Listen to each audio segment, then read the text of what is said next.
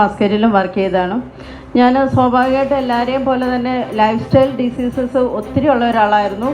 അതിനുശേഷം നാട്ടിൽ വന്നിട്ട് ഞാൻ ശരിക്കും നേഴ്സിംഗ് ഇഷ്ടമായതുകൊണ്ട് പോയതല്ല, നമുക്കൊരു ഓപ്പർച്യൂണിറ്റി, അതേപോലെ തന്നെ നമ്മൾ വിദേശത്തേക്ക് പോകുക എന്ന് പറയുന്നത് നമുക്കൊരു നല്ലൊരു ഇൻകം കൂടി പ്രതീക്ഷിച്ചിട്ടാണ്. പക്ഷേ നാട്ടിൽ വന്നു, ഞാൻ ബ്യൂട്ടീഷ്യൻ കോഴ്സ് ഫാഷൻ ഡിസൈനിങ് പഠിച്ചു. എനിക്കതൊരു ഇഷ്ടമുള്ള പ്രൊഫഷനായിരുന്നു.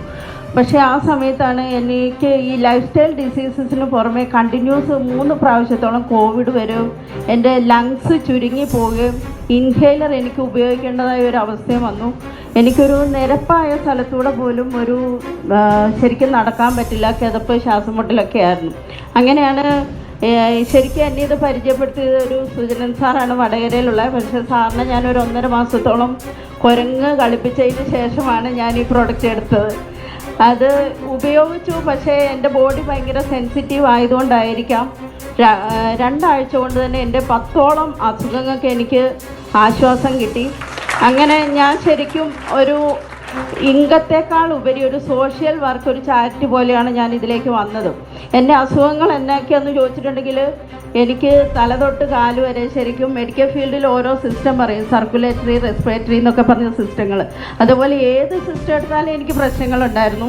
എനിക്ക് കണ്ണ് ഡ്രൈ ആകുക, അതേപോലെ ഉറക്കക്കുറവ്, ഫാറ്റി ലിവറിൻ്റെ പ്രശ്നം, ഫോണിൻ്റെ റേഡിയേഷൻ അടിച്ച് എൻ്റെ ഒരു ലെഫ്റ്റ് ഇയർ മസ്കറ്റിൽ നിന്ന് തന്നെ ഒരു പകുതി അടിച്ചു പോയ ലെവലിലാണ് ഞാൻ നാട്ടിൽ വന്നു കഴിഞ്ഞപ്പോൾ എനിക്ക് റൈറ്റ് ഇയറിന് സിവിയർ പെയിൻ ആയിരുന്നു. ഞാൻ സ്പീക്കറിൽ വെച്ചായിരുന്നു സംസാരിച്ചുകൊണ്ടിരുന്നത്.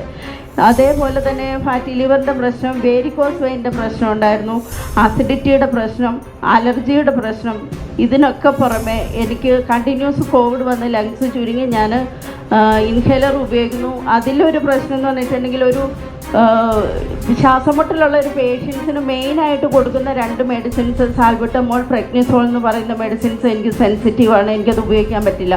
അപ്പോൾ ഡോക്ടേഴ്സ് എന്നെ ചോദിക്കും, സിസ്റ്റർ എന്ത് മെഡിസിൻ നിങ്ങൾക്ക് തരും എന്ന് പറയുമായിരുന്നു. അപ്പം ആ ഒരു അവസ്ഥയിൽ കൂടെ പോകുമ്പോഴാണ് ഈ പ്രോഡക്റ്റ് കിട്ടിയതും. ഫസ്റ്റ് ഡേ തന്നെ എനിക്ക് നല്ലൊരു ഉറക്കം കിട്ടി. പക്ഷേ എനിക്ക് വിശ്വാസം വന്നില്ല. 3ാമത്തെ ദിവസം റേഡിയേഷൻ അടിച്ചുള്ള എൻ്റെ ചെവിയുടെ വേദന പോയി. അതെനിക്കൊരു ഭയങ്കര അത്ഭുതമായിരുന്നു. അതേപോലെ തന്നെ ഒരാഴ്ചക്കുള്ളിൽ തന്നെ ഞാൻ എൻ്റെ ഇൻഹേലർ മാറ്റി. എൻ്റെ അമ്മയും ഇതേ ഒരു സിറ്റുവേഷനിൽ കൂടി പോകുമായിരുന്നു.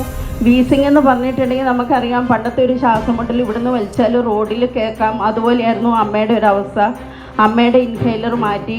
പിന്നെ അമ്മയുടെ ഒരു റിപ്പോർട്ട് കഴിഞ്ഞ ദിവസങ്ങളിലൊക്കെ ഞാൻ ഗ്രൂപ്പിലിട്ടായിരുന്നു.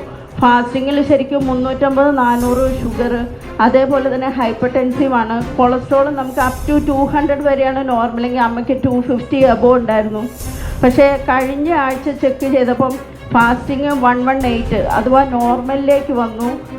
ഫുഡ് കഴിച്ചുള്ള ഷുഗർ നോർമലായി. BP ഞാൻ വീട്ടിൽ നിന്ന് മോണിറ്റർ ചെയ്യാറുണ്ട്. BPയുടെ മെഡിസിൻസ് സ്റ്റോപ്പ് ചെയ്തു. 73 വയസ്സുള്ള ഒരു അമ്മയാണ്.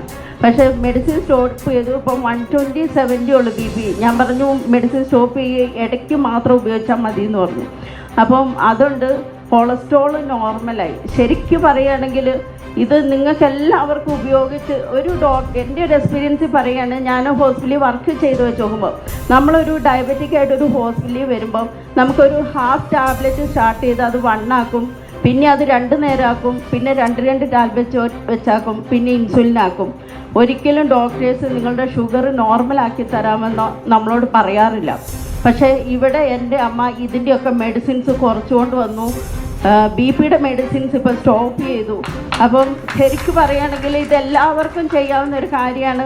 ഇത്രയ്ക്ക് മിറക്കിളായിട്ടുള്ളൊരു പ്രോഡക്റ്റ് ശരിക്കും പറഞ്ഞിട്ടുണ്ടെങ്കിൽ ഭൂമിയിൽ തന്നെ ഇല്ല. അതുകൊണ്ട് തന്നെ എല്ലാവരും ഇത് ഏറ്റെടുത്ത് ചെയ്യണം. ഇതൊരു ചാരിറ്റി വർക്കാണ്, സോഷ്യൽ വർക്കാണ്. നമ്മളൊരു ബിസിനസ്സായിട്ട് മാത്രം കാണാതെ ഇതിലൊരു നന്മയും പുണ്യവും മറ്റുള്ളവരുടെ പ്രാർത്ഥനയും നമ്മുടെ കൂടെയുണ്ട്. അപ്പോൾ എല്ലാവരും ഇത് ഏറ്റെടുത്ത് ചെയ്യണം. നന്ദി, നമസ്കാരം.